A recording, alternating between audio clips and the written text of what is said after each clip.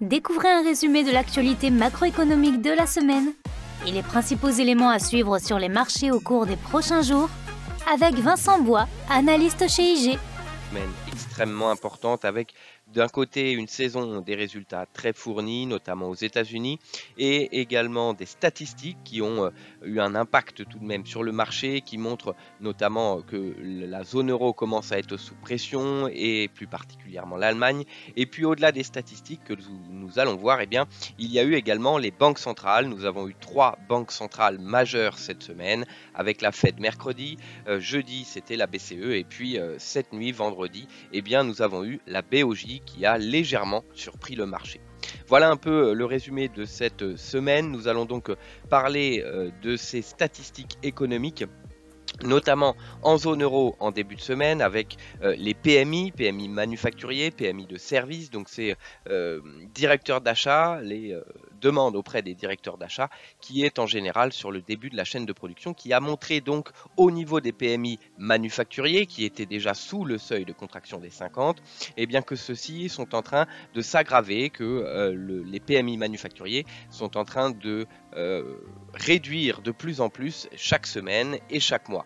Nous avons notamment en Allemagne où l'indice PMI manufacturier est donc tombé sous les 40, un niveau extrêmement rare justement que nous avons vu au Covid, mais également il faut revenir au-delà de 2009 pour voir ce type de PMI. Et puis les services qui jusqu'ici tiraient la croissance dans la zone euro et dans les autres économies comme aux États-Unis ou encore en Asie, en Chine, les PMI des services continuent à ralentir, toujours en expansion, toujours pour la plupart au-delà du seuil des 50, mais nous voyons donc un ralentissement de plus en plus important sur les PMI services. En zone euro, mais également aux États-Unis, nous avons eu le même type de données le jour même et nous avons eu donc toujours une activité manufacturière qui rebondit légèrement mais sous les 50, donc en contraction, et une industrie des services, les PMI des services qui eux se rapprochent petit à petit du seuil des 50 qui était en dessous du précédent mais également bien en dessous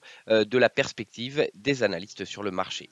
D'autres statistiques comme les indices IFO, donc de confiance des entreprises, de perspective également, de climat des affaires, également en baisse, et notamment sur la situation actuelle qui était au plus bas depuis plusieurs trimestres. Également aux États-Unis, bien entendu, ce jeudi, nous avons eu donc des données sur l'économie américaine qui, au contraire, montrent un rebondissement de certaines données, notamment les commandes de biens durables. D'un côté, nous avions eu les ventes au détail qui étaient en baisse et qui continuaient de ralentir de façon importante. Et ici, nous avons les commandes de biens durables qui ont fortement accéléré, plus 4,7% alors qu'on attendait une légère hausse de 1%, ce qui montre donc qu'il y a une consommation encore qui se poursuit et qui correspond justement à cette confiance des consommateurs que nous avions eu extrêmement élevée le mois dernier. Nous avons eu également le PIB aux États-Unis qui montrait une accélération de 2,4% et donc une forte accélération bien au-delà du premier trimestre et bien au-delà de ce qu'attendaient les analystes et le marché. Donc de bonnes surprises sur l'économie qui a amené également à un dollar américain qui a rebondi durant la fin de semaine. Avant, des statistiques le vendredi, nous avons eu l'indice des prix à la consommation en France, le PIB également en France qui rebondissait plutôt de manière positive, mais ici en Allemagne, nous avons eu une confirmation du ralentissement de la croissance. Nous avons eu un PIB en trimestriel qui était en croissance négative, ce qui montre donc qu'en Allemagne, depuis 3 trimestres, la croissance du PIB est négative. Nous étions déjà avec une Allemagne qui était entrée en récession technique au premier trimestre, avec une baisse au quatrième et au premier trimestre. Et maintenant, sur le premier chiffre préliminaire du PIB en Allemagne, nous avons un nouveau ralentissement au deuxième trimestre. Voilà un peu pour les statistiques qui ont fortement fait bouger le marché. Et puis aux États-Unis, pour terminer, nous avons eu une confirmation de la baisse de l'inflation. Les PCE Core, donc indice des prix à la consommation des ménages, qui est l'indice privilégié par la Fed pour estimer l'inflation et donc ajuster sa politique monétaire, eh bien celle-ci est tombée en baisse depuis plus de 2 ans maintenant sur les indices des prêts à la consommation des ménages, le PCE Core et le PCE Global qui ont tous deux fortement baissé. La première réaction des marchés est bien sûr de continuer leur tendance haussière. Au-delà des statistiques donc, nous avons également la saison des résultats qui a pris beaucoup de temps sur les marchés cette semaine. C'était la plus importante semaine en termes de capitalisation boursière de nombre d'entreprises qui publiaient leurs résultats. Nous avons eu certaines banques régionales, nous avons eu également des sociétés plutôt cycliques comme 3M ou encore le secteur automobile. Mais ce que surveillaient principalement les marchés, c'était bien entendu les mastodontes technologiques. La semaine dernière, nous avions eu Netflix et Tesla qui avaient donné des résultats en demi-teinte et qui avaient amené à une forte chute sur leur cours. Ici, nous avons eu Microsoft, Alphabet ou encore Snap avec des résultats plutôt encore sous pression, mais qui étaient au-delà de ce qu'attendaient les marchés. Et donc, certains, comme Microsoft, ont tout de même baissé, mais du côté d'Alphabet ou d'autres valeurs, eh bien, nous avons eu une poursuite de la hausse. Sur Visa également, que nous surveillons en début de semaine, eh bien, Visa a précisé qu'il s'attendait probablement à une baisse de la consommation, que ces perspectives pouvaient être un peu risquées, comporter des risques parce qu'ils anticipaient une probable baisse de la consommation. Mastercard, dans le même secteur, avait également donné ses résultats cette semaine et sans préciser qu'il attendait une baisse de la consommation ou une croissance de la consommation plus faible, eh bien il n'a pas relevé ses perspectives malgré de bons résultats au deuxième trimestre, ce qui a amené une baisse sur le titre parce que justement un très bon deuxième trimestre sans relever ses perspectives qui étaient plutôt en baisse sur l'année entière, eh bien montre quand même qu'il n'a pas une vision très positive des perspectives et de l'avenir. Nous avions également Meta qui a fortement augmenté avec une hausse du nombre d'abonnés et de résultats nets également au-delà du consensus. Nous avons donc eu, malgré les perspectives de croissance quand même difficiles chez Meta, avec des ratios de valorisation extrêmement élevés, eh bien les marchés ont quand même acheté jusqu'à 9% de hausse pour Meta dans la séance qui a clôturé plutôt sur 5% de hausse.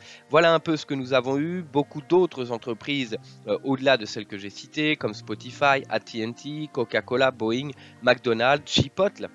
Ces sociétés de grande consommation eh bien, ont une nouvelle fois profité de l'inflation, de la hausse des prix. Voilà pour la saison des résultats. La semaine prochaine, nous aurons également de nombreux résultats à suivre, notamment Apple ou d'autres sociétés technologiques qui pourraient avoir une nouvelle fois une forte volatilité sur les marchés.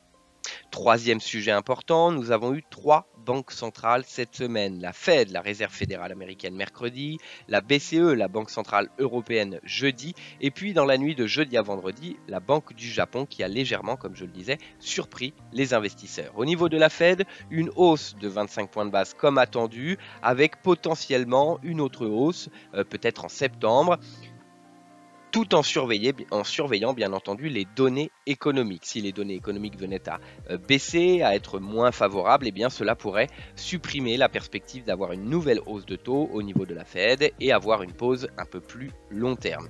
Les dernières données donc au lendemain de la Fed eh bien, montrent tout de même une économie qui est robuste d'un côté et une inflation donc qui baisse. Mais si l'économie et la consommation continuent de progresser, eh bien cela peut amener à d'autres risques inflationnistes. Donc pour le moment, pas de nouvelles décisions de la Fed avant septembre. En revanche, au niveau de la BCE, de la même manière, une hausse de 25 points de base comme attendu et un peu plus de retenue sur une éventuelle nouvelle hausse de taux, notamment en septembre. Parce que les données économiques semblent commencer à inquiéter la BCE, ou en tout cas les surveille, et donc devient de plus en plus data dépendante, selon ses propres mots, d'analyse des données et d'ajustement de la politique monétaire au mois par mois, réunion par réunion.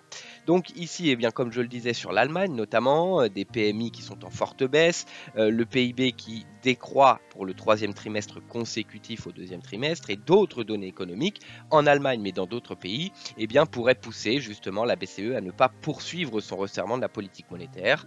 Les mots de Christine Lagarde étaient plutôt sur soit une hausse, soit une pause. Je peux dire pour le moment c'est un peut-être. Voilà ce qu'elle disait à la suite de cette décision de politique monétaire. troisième réunion de politique monétaire, la BOJ, Banque du Japon, qui à son habitude a laissé ses taux à négatifs, moins 0,1%, et puis poursuit ses achats d'obligations donc sur le marché de manière illimitée. Mais a suggéré le fait que les taux obligataires pourraient aller au-delà des 0,5%. Cet contrôle de la courbe des taux qui est en place depuis un certain temps, progressivement est relevé. On voit la BOJ qui remonte ses taux et maintenant au lieu d'être strictement 0,5%, ça pourrait être au-dessus. Donc cela a amené jeudi notamment à une baisse des marchés, à une forte hausse du yen, malgré que les indices américains étaient en forte hausse, près de 1,9% pour le Nasdaq, celui-ci a terminé sur une baisse. Suite à cette décision justement, nous avions eu un rapport en fin de journée, heure de Paris, sur la politique monétaire de la BOJ, puis la décision de politique monétaire dans la nuit, et c'est ce rapport qui a fait beaucoup bouger les marchés. En revanche, la politique monétaire reste toujours extrêmement accommodante au Japon et donc l'effet semble se dissiper ce vendredi. On surveillera en tout cas l'inflation au Japon qui est maintenant au-delà des 3% et qui s'y installe. Si celle-ci devait poursuivre cette hausse ou rester au-delà des 3%, ça pourrait favoriser un discours un peu moins accommodant de la BOJ. Voilà un peu les grands sujets. Nous attendons toujours les mesures de soutien de la Chine qui ont été évoquées, des rumeurs, etc., du Politburo qui n'a pas encore eu lieu. Et donc, nous attendons des soutiens de la Chine qui pourraient arriver peut-être ce week-end. Nous regarderons cela avec attention. Au-delà de cette semaine, la semaine prochaine, des statistiques toujours extrêmement importantes sur l'économie que l'on va suivre au niveau de la zone euro qui semble être de plus en plus difficile, les soutiens de la Chine et les données chinoises par la suite, et puis bien entendu aux États-Unis, maintenant que les banques centrales sont derrière nous, au niveau européen, aux États-Unis et au Japon, nous surveillerons surtout les statistiques économiques et bien entendu la saison des résultats, comme je l'ai évoqué tout à l'heure. Encore de grands noms de la technologie américaine et des grosses sociétés cycliques qui pourraient amener à une nouvelle volatilité. Nous attendons notamment Apple en milieu de semaine. Voilà un peu ce qu'il y aura à surveiller la semaine prochaine, et puis une autre banque centrale qui sera surveillée tout de même avec attention, c'est la BOE, la Banque d'Angleterre, le 3 août, qui donnera donc sa décision de politique monétaire et qui est empêtrée entre une croissance qui ralentit de plus en plus et une inflation qui reste au-delà ou autour des 7%. Elle devrait poursuivre sa hausse de taux au niveau de la Banque d'Angleterre, donc nouveau tour de vis de 25 points de base à la hausse, mais attention à l'économie et donc un calcul et un équilibre difficile, de plus en plus difficile au niveau du Royaume-Uni entre l'inflation élevée et la croissance qui ralentit de plus en plus. Encore merci de nous avoir écoutés. Bon trade et bon week-end avec IG.